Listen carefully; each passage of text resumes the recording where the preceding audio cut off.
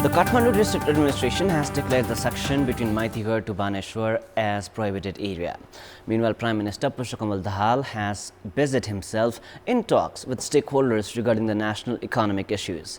Also in this edition of Kantipur News, we have updates about Nepal's World Cup qualifiers clash against Yemen, which is slated for this evening. Good morning, I'm Prarambha Dahal. Let's begin with the main stories. Government declares the road section between Maitigarh to New Baneshwar prohibited area for a period of 1 month. Gathering of more than 5 people and rallies have been barred. Nepal to apply pressure on high carbon emitters to ensure financing for countries worst hit by climate change. National Climate Conference slated for today in preparation for COP28. The US believes Israel and Hamas are getting closer to a deal to free some hostages in Gaza, even as the Israeli military continues with deadly assault on the city. And Nepal men's national football team to play Yemen in the FIFA World Cup Asia qualifiers match this evening. The clash scheduled to kick off at 7 p.m. at the Dashrath Stadium. The government has declared the road section between Maitigarh to New Baneshwar prohibited area for a period of 1 month. Issuing a notice today, in fact yesterday, the District Administration Office Kathmandu has declared the section between Maitigarh to New Baneshwar as prohibited area for the period of 1 month. Kathmandu Chief District Officer Jitendra Basnet issued a notice which is mentioned that the section has been declared as prohibited area from 20th of November to the 16th of December. The notice has added that gathering of more than 5 people, rallies, protests and assemblies have been prohibited in the area. The District Administration Office has added that the prohibitory order had to be issued to avoid possible clashes, violence, injuries and any other untoward incidents. The Kathmandu District Administration has restored to this measure as 2 separate groups are preparing to stage their protest this Thursday. Nepal is to remind the major carbon emitters about reduction in carbon emission and developed countries about climate finance at the COP28 conference slated for November 30 to December 12 in Dubai, United Arab Emirates. Nepal is to require around $21 billion for the implementation of climate priorities by 2030. It has been understood that Nepal is to initiate talks regarding its access to climate finance. In addition to this, the government is also to increase collaboration between the international, regional, national and local communities to address issues related to agriculture and food security. Nepal has also made preparations to hold talks on mountains and impact of climate change on them. Prime Minister Dahal will address the COP28 conference. It is the responsibility of the state to ensure the security of the public. However, instead of prioritizing the public, the state has been paying attention to the security of high-ranking officials. Those serving as ministers for just a period of 1 month to those who have been out of service for a long period of time have been using police personnel for their security. The state has deployed police personnel for more than 700 such very important persons, VIPs. This situation has led to questions regarding if the status of peace and security in the country is correct. It is the responsibility of the security departments to ensure peace. If peace and security are ensured, a security person for each individual would not be required. However, security challenges have existed forever for the politicians. According to the data of the Ministry of Home Affairs, there are 706 very important persons in Nepal. Police have provided personal security to more than 700 individuals, including federal ministers to province ministers. The Ministry of Home Affairs had formulated a security work plan for the VIPs 3 years ago. Based on the provisions, security personnel are arranged for former ministers and other officials as well.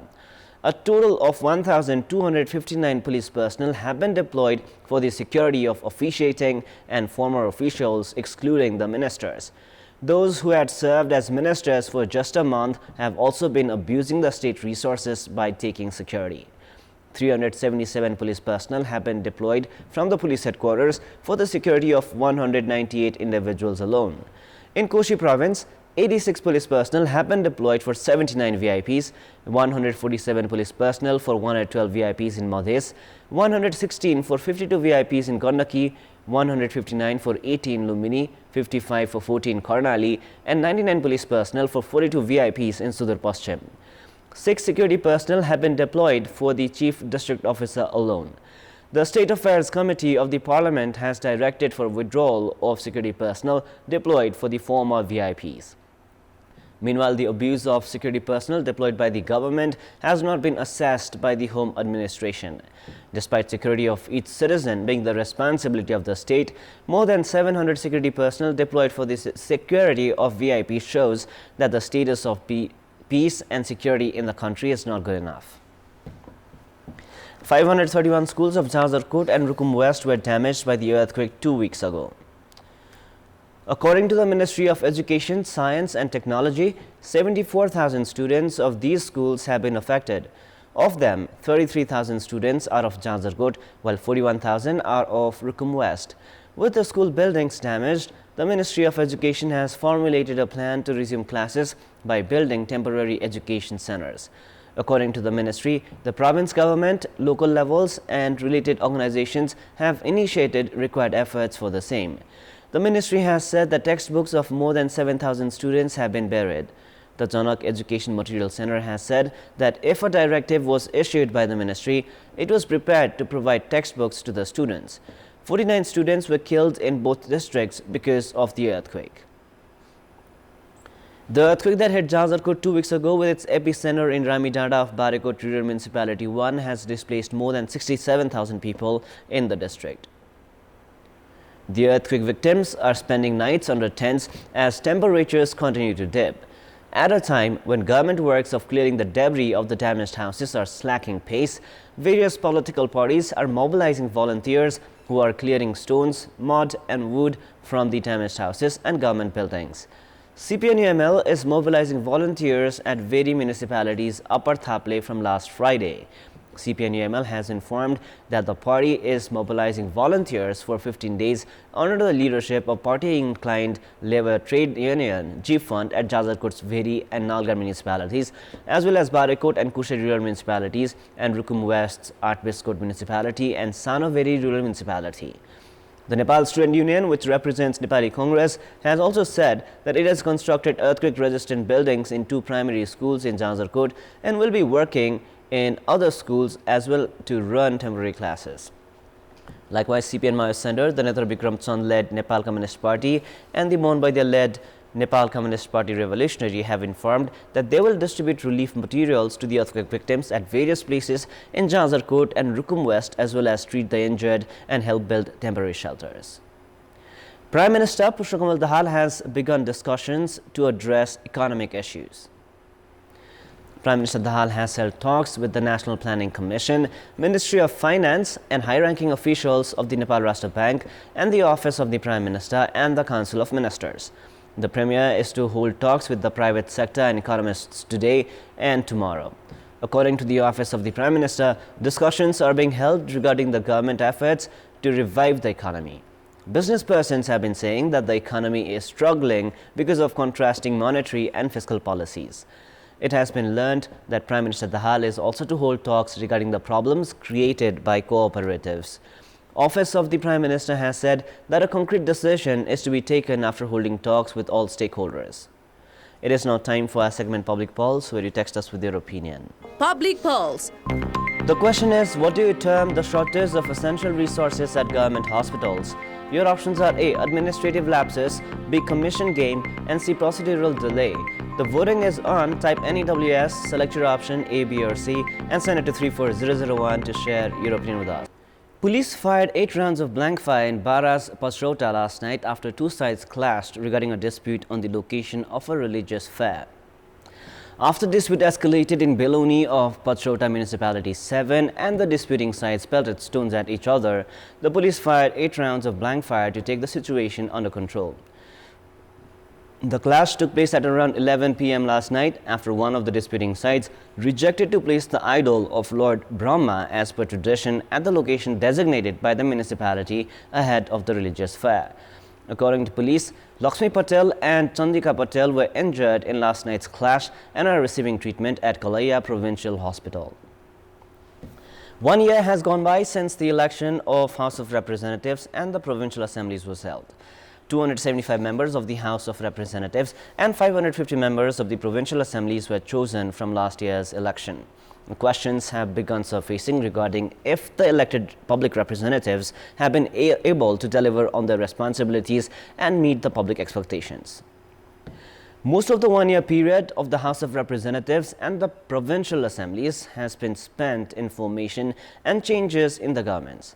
Despite the federal parliament completing 2 sessions, significant laws including the Federal Police Act, Civil Service Act and Education Act among others have yet to be formulated. The law formulated to address the issues of the victims of loan sharks after protests has been the major achievement so far. In addition to the parliament, the committees have also yet to make any contribution. Province assemblies share a similar story. Provinces have been plagued by political instability since the very beginning. Within 1 year, 5 governments were formed in Koshi province. Governments were also changed in Gandaki, Lumbini and Sudar Paschim. Even with no changes in government leadership in Madhes and Karnali, they are yet to ensure political stability, impact of which has been seen in good governance and government service delivery. 32.92 billion rupees exited the country for foreign education in the 3 months of the ongoing fiscal year. In absence of job opportunities, more than 113,000 have left the country for foreign employment. Even in such a situation, the parliament has not been able to apply pressure on the government. Federal Parliament and province assemblies have just become a place for speeches of leaders. Issues of public concern have remained ignored because of political gambits. Despite vacant positions of judges at courts, appointments have been delayed because of lack of political consensus. Analysts are of the opinion that these factors have raised questions on the role of the entities with public representatives. The political parties had made several assurances before the election. Leaders of those parties are in position to formulate policies and find solutions to existing problems. But with them not being able to ignite hope among the public, questions have begun surfacing regarding if the period of 1 year has gone to waste. In our Public Voice segment, we've asked how they found the works of public representatives they elected to the centre and provinces a year ago. Let us now take a look at what they had to say.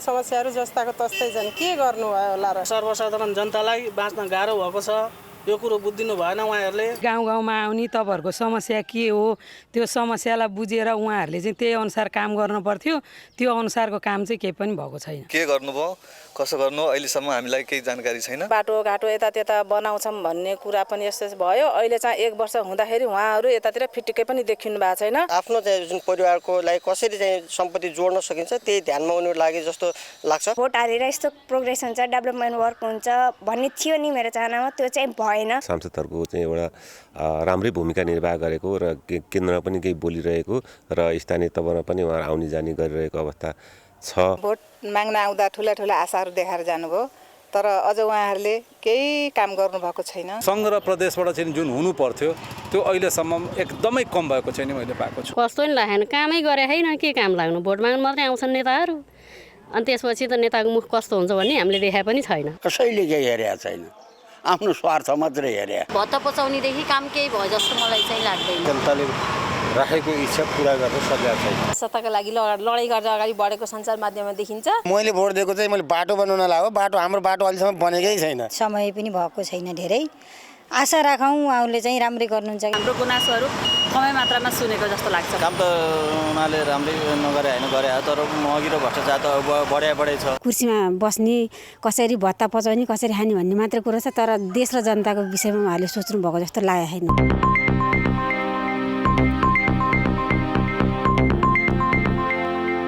Time now for the international news.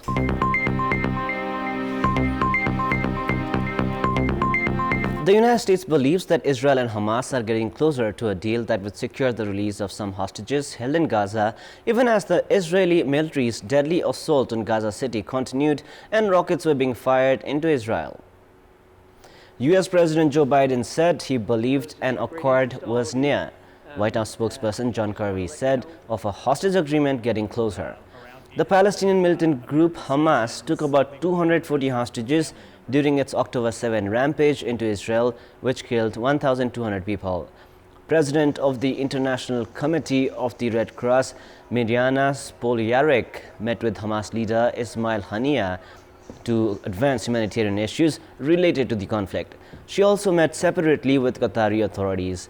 The ICRC said it was not part of negotiations aimed at releasing the hostages, but it said as a neutral intermediary, it was ready to facilitate any future release that the parties agree to. Talk of an imminent hostage deal has been swirling for days. Qatari mediators had been seeking a deal for Hamas and Israel to exchange 50 hostages in return for a 3-day ceasefire that would boost emergency aid shipments to Gaza civilians. The Washington Post last Saturday reported a deal had been agreed, but the White House and Israel denied that. Hamas raid on October 7 prompted Israel to invade the Palestinian territory to target Hamas. Since then, Gaza's Hamas-run government said at least 13,300 Palestinians have been killed, including at least 5,600 children and 3,550 women, by unrelenting Israeli bombardment. The Chinese Foreign Minister Wang Yi, joined by a delegation of Arab and Islamic foreign ministers, urged for an immediate ceasefire between Israel and Palestine during their meeting yesterday. Wang Yi, while meeting his Arab and Islamic counterparts in Beijing, emphasized that the pressing priority regarding the Palestinian-Israeli conflict is to fully implement the relevant resolutions adopted by the UN Security Council and the UN General Assembly and stop fighting immediately. Wang put forward China's proposal for addressing the current crisis in the Gaza Strip and promoting the settlement of the Palestinian question. He said the root cause of the Palestinian-Israeli conflict is that the Palestinian people's rights to statehood and survival and their right of return have long been ignored, and that the way out of the conflict lies in implementing the two-state solution and establishing an independent state of Palestine. The Arab and Islamic foreign ministers in attendance expressed their concerns about the continued massive civilian casualties and the ongoing humanitarian crisis in Gaza. They called on the international community to take responsible action promptly and push for an immediate ceasefire. The Chinese side expressed willingness to work with Arab and Islamic countries to make unremitting efforts to end the fighting in Gaza as soon as possible, alleviate the humanitarian crisis, and push for an early, comprehensive, just and lasting settlement of the Palestinian question. In a big relief to the 41 laborers trapped in the collapsed under-construction tunnel in Silkyara in Uttarakhand's Uttarkashi district for the past 9 days, engineers managed to put a 6-inch lifeline pipe inside the tunnel through the rubble. Through this pipe, more food items, fruits, eggs, beverages, and proper food can be sent to the laborers trapped inside. Till now, a 4-inch tube was being used to supply oxygen and other survival items such as medicines and dry fruits into the tunnel. According to the officials, the bigger pipe inserted may also give live visuals of the workers trapped inside. Workers inside the tunnel are safe. Drones and robots from the Defense Research and Development Organization have also been brought to the site to look into the possibility of other escape routes for the trapped laborers. Sports news. Nepal men's national football team are set to play Yemen in their FIFA World Cup Asia qualifiers match, which is slated for this evening. Now, addressing a pre-match press conference, Nepal head coach Vincenzo Albertoani said that he will play only the 100% fit players. Midfielder Lakan Limbu was injured in Nepal's match against the United Arab Emirates, played 5 days ago, and will miss today's match against Yemen. Experienced defender Ananta Tamang, star forward Anjan Besta, and Manish Tangi are also not entirely fit. Head coach Anis has clarified that he will only play the fully fit players in today's match, which is slated for a 7 p.m. kickoff at the Dashrath Stadium. Meanwhile, Yemen head coach Miroslav Sokup has said that his players are tired after having to spend 7 hours at the Hamad airport last Sunday. However, he added that his players could play well in Kathmandu's altitude and conditions. Despite being placed 156th in the FIFA rankings, Yemen had put a strong challenge against 83rd ranked Bahrain. A match is being played at 7 p.m. in the evening in Nepal after 18 years. Prior to this, the semi-final of AFC President Cup had kicked off at 7 p.m. back in 2005. The All Nepal Football Association has made arrangement of passenger vehicles for the spectators, as the match will end at around 9 p.m. The second edition of Pro Cricket Championship will be held from 21st to 30th of December. The tournament will be played at the Narayani Cricket Stadium in Birganj. Parsa Cricket Association President Manish Singh informed that 6 domestic premier clubs from Nepal and Indian cricket clubs will participate in the 10-day tournament. The first edition of Pro Cricket Championship was played in Vairava. The championship is expected to help produce cricketers in Nepal. That is all for the moment. Our next English bulletin airs at 6 p.m. Thank you for staying with us. Have a beautiful day ahead.